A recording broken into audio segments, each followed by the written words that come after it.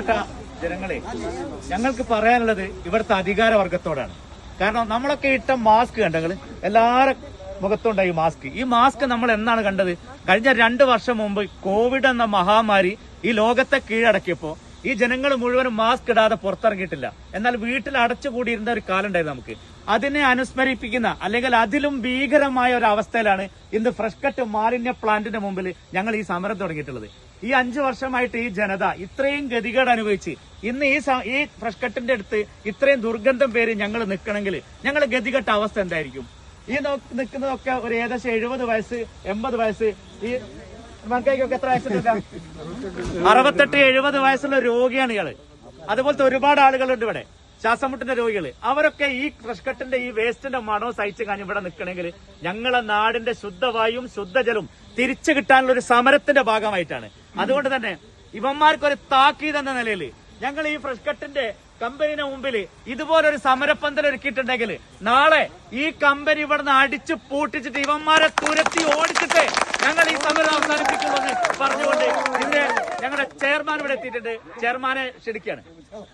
പ്രിയമുള്ളവരെ, 5 വർഷമായി ഒരു ജനത അനുഭവിക്കുന്ന ദുരിതം, ഈ ദുരിതത്തിന്റെ എത്രത്തോളം വ്യാപ്തിയുണ്ടെന്ന് അധികാരികളിലേക്കും അതുപോലെ തന്നെ ഞങ്ങളെ ശ്രവിക്കുന്ന അല്ലെ ഞങ്ങളെ കാണുന്ന ജനങ്ങളിലേക്കും എത്തിക്കുന്നതിന് വേണ്ടിയാണ് ഞങ്ങൾ ഇവിടെ ഒരു സമരപ്പന്തല്, 4ാം ദിവസമാണ് ഈ സമരപ്പന്തല്. 90 ദിവസമായി ഇരുതുള്ളിപ്പുഴയുടെ തീരത്ത് ഒരു സമരപ്പന്തൽ ഒരുക്കി ഞങ്ങൾ ഈ ഫ്രഷ് കട്ട് എന്ന ഈ നാറ്റക്കമ്പനിക്കെതിരെ സമരം തുടങ്ങിയിട്ട്. പാവപ്പെട്ട ഒരുപാട് ജനങ്ങൾ, ബുദ്ധിമുട്ട് അനുഭവിക്കുന്ന ഒരുപാട് ജനങ്ങളുണ്ട്. ഈ ജനങ്ങൾക്ക് വേണ്ടി ഇത്രത്തോളം സമയം ഇപ്പോൾ 7 മണിയോട് അടുക്കുകയാണ്, രാത്രി പോവുകയാണ്. ഈ സമയത്ത് ഇത്രത്തോളം ആളുകൾ ഇവിടെ വന്ന് വീടുകളിൽ കുട്ടികളെ പഠിപ്പിക്കേണ്ട അല്ലെങ്കിൽ നമസ്കാര സമയമായ ഈ സമയത്ത് ഇവിടെ വന്ന് ഇവർക്കെതിരായിട്ട് ഇവിടെ സമരം ചെയ്യണമെങ്കിൽ എത്രത്തോളം ഈ പാവപ്പെട്ട ജനങ്ങൾ അനുഭവിക്കുമെന്ന് നിങ്ങളൊക്കെ മനസ്സിലാക്കേണ്ടതുണ്ട്. 100% ഞങ്ങൾക്കറിയാം ഇത് വിജയത്തിലേക്കുള്ള സമരമാണെന്ന്. നേരത്തെ സൂചിപ്പിച്ച പോലെ നിങ്ങളുടെ മൂക്കിൻ തുമ്പത്ത് ഞങ്ങളുടെ സമരപ്പന്തൽ ഒരുക്കിയിട്ടുണ്ടെങ്കിൽ അധിക വിദൂരമല്ല, ഈ കോമ്പൗണ്ട് കടന്ന് അതിന്റെ ഉള്ളിലേക്ക് കയറാൻ ഞങ്ങളുടെ സ്ത്രീകളും കുട്ടികളും അമ്മമാരും എല്ലാവരും ഒരുങ്ങി നിൽക്കുകയാണ്. അതിന് നിങ്ങൾ കാത്തിരിക്കേണ്ട ആവശ്യമില്ല. ഞങ്ങൾ പറയുന്നത് പോലെ നിങ്ങൾക്കിപ്പോൾ തന്ന 7 ദിവസത്തിനുള്ളിൽ ഇവിടെ നിന്ന് എടുത്ത് ഇത് മാറ്റിക്കൊണ്ട് പോയിട്ടില്ലെങ്കിൽ ഞങ്ങൾ അത് കഴിഞ്ഞാൽ ഞങ്ങളുടെ സമയമാണ്.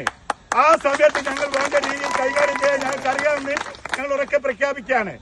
ഇന്ന് ഈ സമരപ്പന്തല് ഇവിടെ വൈകുന്നേരങ്ങളില് ഇവിടുത്തെ കരിമ്പാലക്കുന്നിലെ സ്ത്രീകള് അസർ നമസ്കാരത്തിന് ശേഷം ഇവിടെ വരികയും വൈകുന്നേരം 1 മണിക്കൂർ ഇരുന്ന് അവര് തിരിച്ചു പോവുകയും രാത്രികളിൽ നമ്മളെ യുവാക്കളും അതുപോലെ തന്നെ സമരഭടന്മാരൊക്കെ ഇവിടെ ഉണ്ടാവും.